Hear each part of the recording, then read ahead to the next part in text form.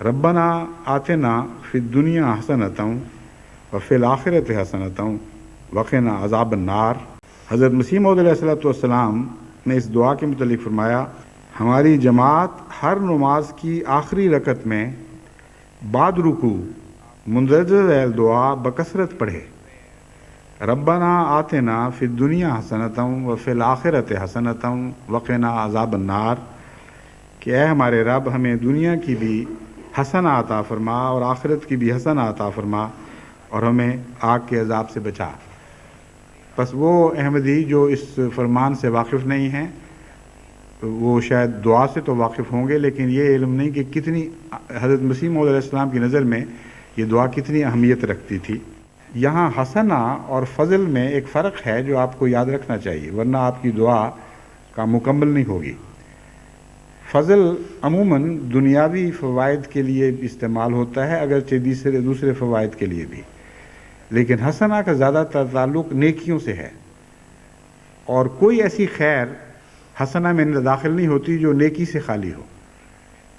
اس لیے حسنہ میں جو حسن ہے وہ دوسری دعاؤں میں ویسا پیدا نہیں ہوتا، کیونکہ مراد یہ ہے کہ ہمیں ہر اچھی چیز دے،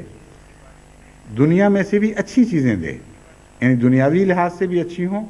اور تیرے حضور بھی وہ اچھی اور قابل پسندیدگی کی نظر سے دیکھنے کے لائق ہوں، اور پھر آخرت میں سے بھی بہترین چیزیں عطا فرما، اور دین میں سے بھی اس حصے پر عمل کرنے کی توفیق بخش جو سب سے زیادہ حسین ہے، یعنی تعلیم کا وہ حصہ جو چوٹی کا تعلیم کا حصہ ہے۔ اس کے بعد اللہ تعالیٰ نصیحتاً فرماتا ہے، وَمِنْهُمْ مَنْ يَقُولُ رَبَّنَا آتِنَا فِي الدُّنْيَا حَسَنَةً وَفِي الْآخِرَةِ حَسَنَةً وَقِنَا عَذَابَ النَّارِ۔ لیکن کچھ ایسے بندے بھی ہیں جو یہ کہتے ہیں کہ اے خدا ہمیں دنیا کی اچھی چیزیں بھی عطا فرما، لیکن آخرت کی اچھی چیزیں بھی عطا فرما، اور ہمیں آگ کے عذاب سے بچا۔ جس کا مطلب یہ ہے کہ دنیا کی چیزیں ہمیں اپنی طرف اس طرح مائل نہ کر لیں کہ ہم ان کے نتیجے میں تجھے بھول جائیں اور بالآخر آگ کے عذاب کا سزاوار ٹھہریں۔ بس دنیا کی اچھی باتیں طلب کرتے ہوئے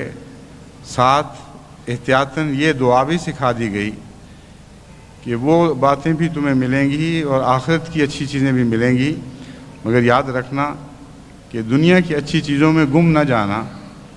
کیونکہ اس کے نتیجے میں پھر بھی یہ خطرہ رہے گا کہ تم خدا کے عذاب کے سزاوار ٹھہرو۔